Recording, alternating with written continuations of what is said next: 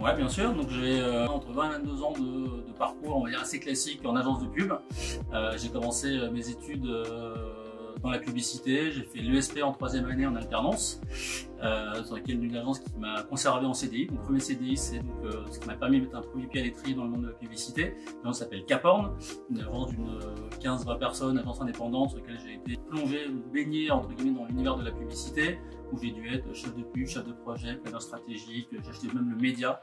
À l'époque, j'étais aussi un peu créatif, je faisais de la prod, bref, donc très polyvalent. Après, je suis passé chez J. Walter Thompson, une agence du groupe WPP, dans laquelle je suis resté 11 ans.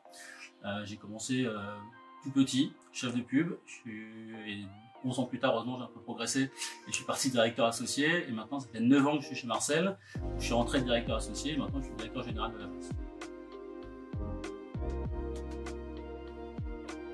J'ai toujours voulu faire ce métier, et j'ai toujours considéré que j'allais apprendre ce métier si j'allais avoir les mains dedans. Ce qui m'intéressait à l'époque sur le SP, c'est que je suis une année en alternance. Et en fait, de mémoire, j'avais cours le matin et j'avais entreprise l'après-midi. Et ce qui était assez bluffant, je me souviens, c'est que très rapidement, quand j'ai commencé à faire mon stage en alternance, comme on a une alternance, je me sentais pas du tout perdu. En fait, j'avais une formation à l'ESP avec des intervenants, avec pas mal de mises en pratique. On avait créé une micro-agence à l'époque. Et tout de suite, il y a eu des mises en pratique. Tout de suite, il y a eu la concrétisation de la théorie. Et ça qui était, je pense, assez bluffant à l'ESP, c'est que tout de suite on nous met dans le grand bain, dans le petit bain, et tout de suite on crée, on réfléchit, on pose des stratégies, on fait des présentations. On ne sait pas vraiment si on est créatif, on ne sait pas vraiment si on est commercial, on ne sait pas vraiment si on est planeur stratégique, mais en fait on est tout à la fois. Donc c'est une super manière de s'imprégner de la culture d'une agence, même si c'est une micro-agence à 3 ou 4. Et tout de suite, on est dans le bain et je trouve ça assez intéressant. Et encore une fois, quand on arrive en entreprise, ça a été une des premiers commentaires de mon maître de stage, c'est t'es pas juste un stagiaire, t'es quelqu'un qui déjà est capable d'apporter de la valeur à mon petit niveau sur différents sujets, sur différents clients. Pour le coup, c'est ça, c'est la micro-agence qu'on avait créée avec nos 3 potes qui étaient autant passionnés que moi sur la création, sur la publicité. Et donc on avait créé comme ça cette micro-agence, la Dream Team.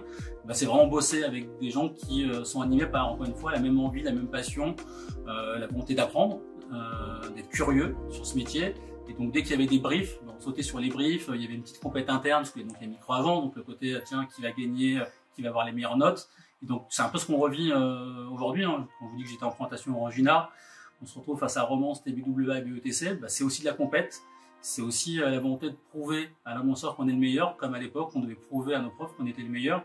Donc cette dynamique et cette volonté de se battre pour faire une meilleure recommandation stratégique et créative, ça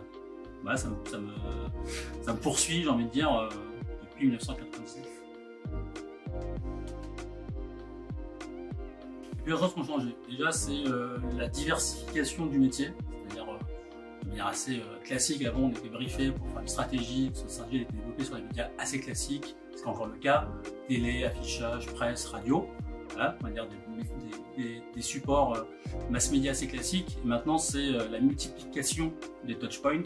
Maintenant, on fait à la fois du social media, du gaming, du content. On doit être... En fait, il y a une évolution aussi des usages et des comportements des consommateurs. Donc, en gros, une campagne, elle doit aussi s'exprimer sur TikTok, sur YouTube, sur Snapchat, sur même demain Reddit, sur Discord, sur énormément de touchpoints. Et l'idée, c'est pas uniquement de prendre la campagne télé et de la décliner, c'est adapter les usages, adapter le contenu en fonction, encore une fois, de la manière dont chacune des plateformes adresse un message. Donc ça nécessite d'avoir un champ de compétences qui est beaucoup plus élargi qu'il y a 20 ans. Et donc, c'est-à-dire la campagne, des campagnes qu'on appelle des campagnes intégrées, des campagnes 360, telles qu'on les a tous rêvées. Aujourd'hui, on le vit. On est obligé d'avoir ce champ d'expertise aussi large, sinon on n'est pas éligible dans le monde de la communication. Donc c'est une des forces chez Marcel. Il y a aussi la diversification des sujets. On a de plus en plus de sujets, on va dire peut-être un peu plus comportementaux, un peu plus sociétaux, un peu plus transformatifs. On n'est pas uniquement là pour faire un spot télé, on est là vraiment en tant que conseil auprès des clients, auprès des annonceurs, pour les accompagner dans des démarches qui sont peut-être un peu plus profondes. C'est entre il y a toute une partie planning stratégique sur justement les messages, sur la connaissance consommateur, sur l'accompagnement, mais aussi des sujets un peu plus hauts sur la marque employeur, sur la transformation énergétique, sur la transformation potentiellement aussi, encore une fois, sociétale, toute la partie RSE, sur lesquelles on nous demande et c'est extrêmement intéressant, extrêmement pertinent, d'apporter de la valeur aussi en termes de communication pour transformer les entreprises. La manière dont on manage aussi les gens a aussi énormément évolué. Donc à la fois il faut adresser du sens aux consommateurs, mais il faut aussi que nos propres salariés, on leur donne une vision, on les met dans une voie qui donne du sens à leur métier et qu'on les manage aussi différemment, même si on a un management par l'affect, même si on a un management qui se veut pas tellement par l'autorité, mais plus par la bienveillance, comme tu l'as galvaudé, mais par cette notion un peu de famille, et des choses qu'on se permettait avant, qu'on peut plus se permettre de faire.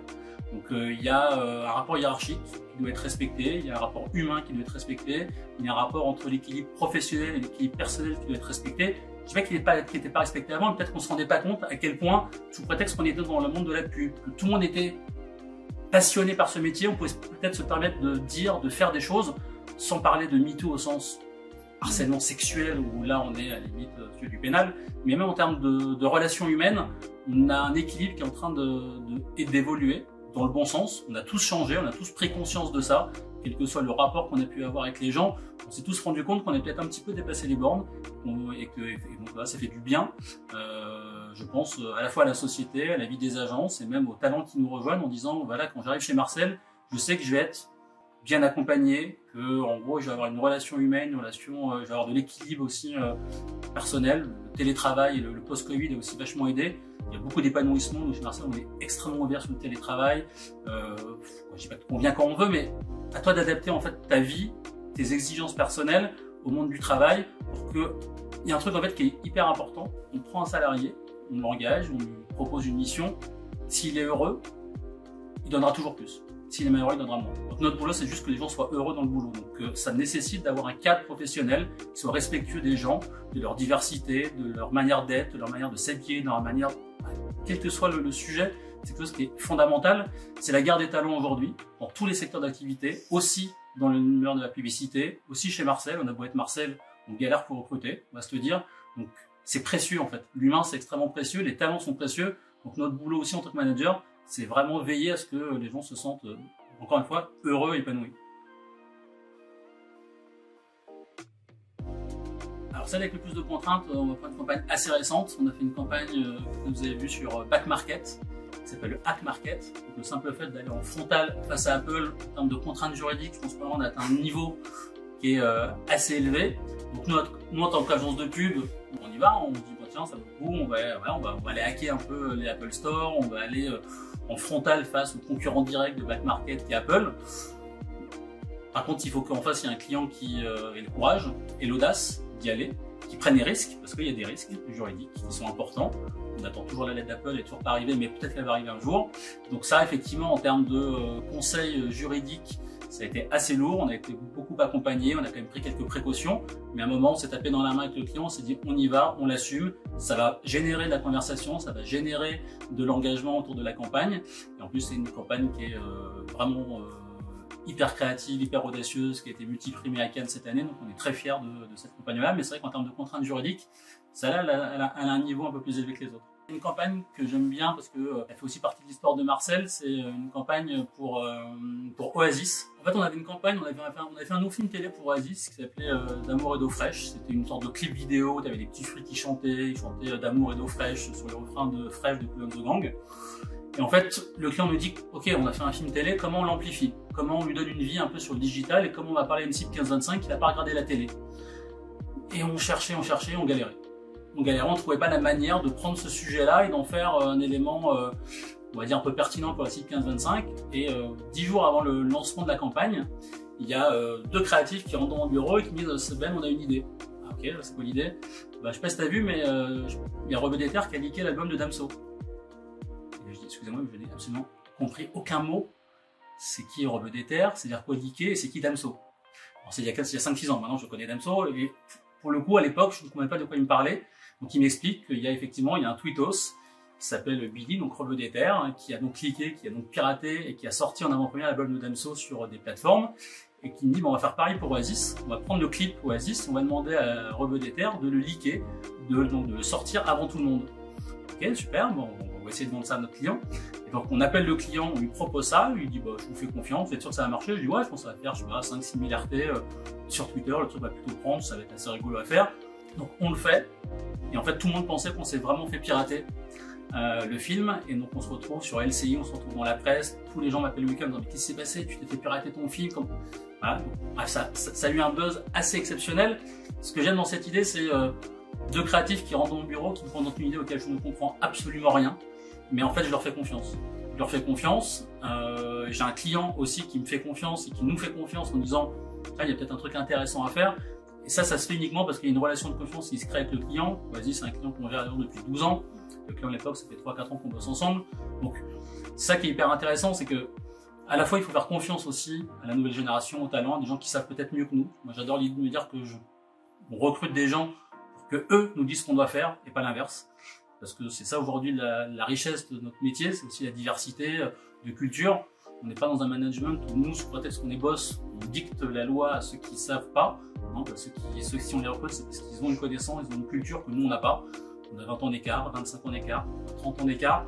Donc, c'est important de se nourrir de cette génération-là. Ça, c'est une campagne qui m'a marqué parce qu'en fait, je suis fier de leur avoir fait confiance et je suis fier surtout que la campagne ait fonctionné.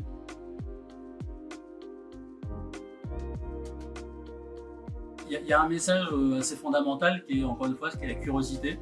C'est rien n'est jamais acquis dans ce métier. On l'a vu notamment, je parlais tout à l'heure des réseaux sociaux, mais la vérité d'un jour n'est pas celle du lendemain. On nous a parlé de Facebook, après c'était Instagram, après c'était TikTok, demain ça va être Reddit, là on parle de gaming, bref. C'est un métier, un univers qui est chamboulé de manière perpétuelle. Donc il ne faut pas rester sur ses acquis, il faut être curieux, il faut se nourrir des informations, des tendances, il faut se nourrir aussi de la création. Moi, je fais ce métier parce que je suis un passionné de création publicitaire. On a besoin de parler le même langage que les créatifs. Les créatifs, c'est des gens qui se nourrissent. The Awards, typiquement, il y a eu les Cannes Lions il y a un mois.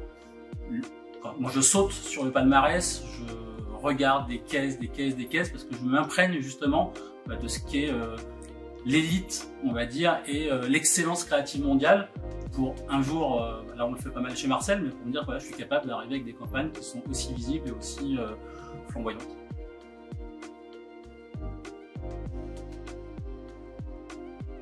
Un de mes meilleurs potes que j'ai rencontré à l'ESP en 1999, qui est plus du tout dans l'univers de publicité, mais donc ça reste un de mes meilleurs amis. Donc au moins ça crée aussi des liens amicaux. C'est quand même aussi hyper important. Après qu'il y avait un directeur artistique qui s'appelle Julien Verne qui est arrivé chez Marseille il y a 6 mois, qui venait de chez BETC, un des créatifs les plus primés cette année au Cannes Lions. Donc un vrai talent créatif. J'ai le bonheur de travailler avec lui et là depuis 6 mois, c'est assez impressionnant, c'est assez bluffant. En fait, il y a un truc que j'adore dans ce métier, c'est quand on arrive, on brief, on arrive en plein board, les créatifs nous proposent des idées et on est surpris. Et on est bluffé, on se dit comment ils ont réussi. Et bah, Julien, c'est ce type de créatif. Quand il arrive en plein board, il est toujours surprenant, il a toujours le sourire et c'est un vrai talent. Donc à l'époque, c'était les campagnes, on va dire les campagnes chantées un peu à la Richard Gottener. Donc il y avait Banga, par exemple, qui me faisait marrer.